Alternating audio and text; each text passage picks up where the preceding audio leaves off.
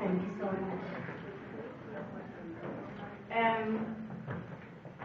Please allow me to congratulate His Excellency Pascal Gugomu. Excellency, you have me. Ruhom Bum Horo from Burundi.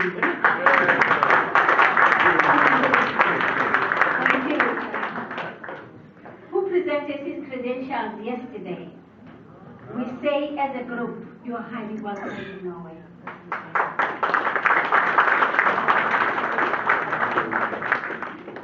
Since the African Union Assembly of Heads of States and Government has declared 2013 as the year of Pan-Africanism and African Renaissance, I prepared this speech sometimes.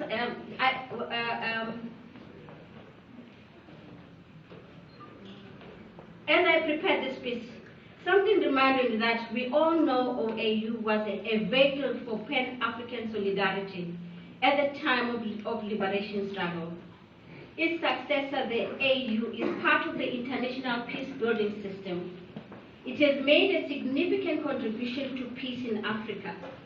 Actually, 50 years ago, the OAU founding fathers signed the birth certificate of the organization as they were guided by the spirit of Pan-Africanism, which carried the underlying ideology behind the fight for the total liberation of the continent from the colonial rule. The reality of colonialism, as we can all recall, gave birth to a form of Pan-Africanism, which at the time sought the attainment of political independence for African countries that were colonized. For Africans in Africa, Pan-Africanism sought to demonstrate that they were capable of handling their affairs. For Africans in the diaspora, Pan-Africanism served as a political and cultural link to Africa that they were dearly missed and did not want to lose contact with.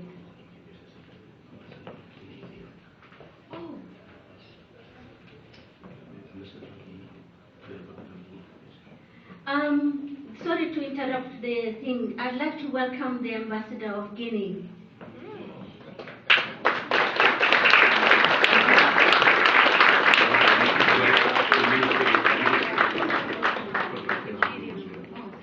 And also the Minister of Cultural Affairs of Guinea.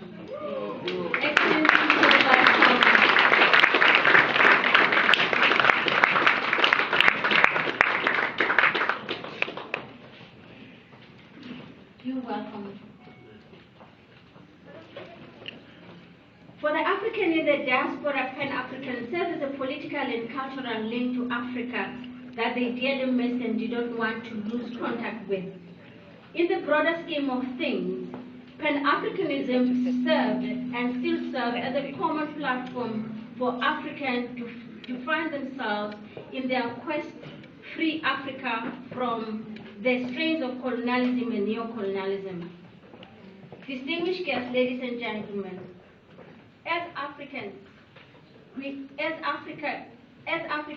are dealing with an enormous amount of change, with opportunity and frustration, both of which need good management to maximize the potential for progress and avoid instability. Many of our countries which emerged blinking into the sunlight at the end of colonial era have now arrived at the point where their people are better educated and informed and have a higher expectation of the political economy. Economic means most governments are less dependent on aid, but face rising inequality among people with increasing democratic expectations. We are happy that a number of active conflicts has decreased. From a positive peace perspective, progress is being made. One of the major progress is the comprehensive peace agreement between government of Sudan and South Sudan.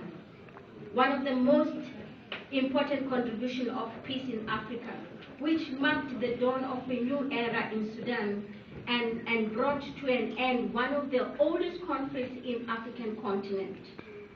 In this regard, we Africans, on behalf of Sudan, would like to salute the Kingdom of Norway and say thank you for your support.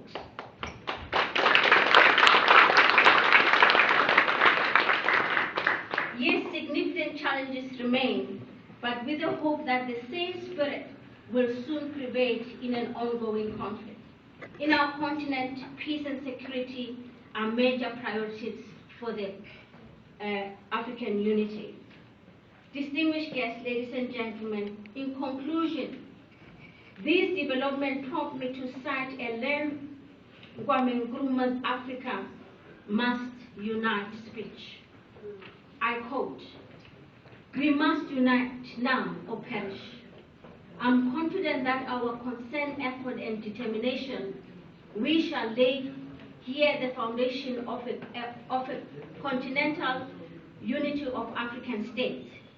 The struggle against colonialism does not end with attainment of national independence.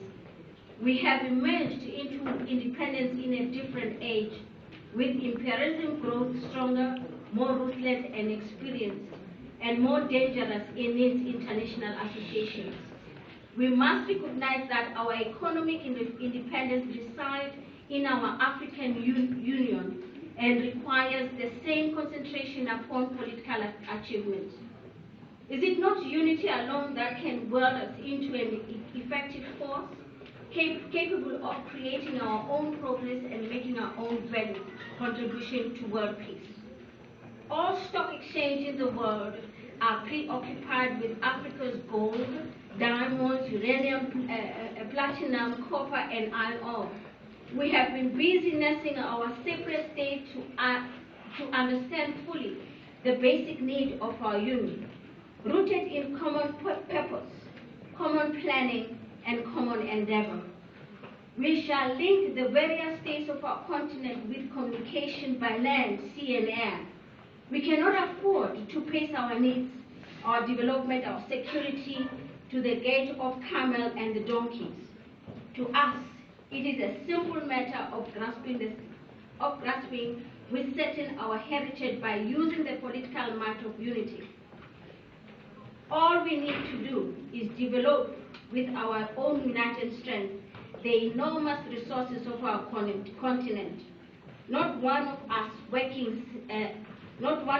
working singly and individually can successfully attain fullest development. Only a united Africa functioning under a union government can forcefully mobilize the material and moral resources of our separate countries and apply them effectively and energetically to bring a rapid change in the conditions of our people. Unite we must, without necessarily sacrificing our sovereignty. We can force a political union based on defense, foreign affairs and diplomacy, and a common citizen, an African currency, a monetary zone, and a central bank.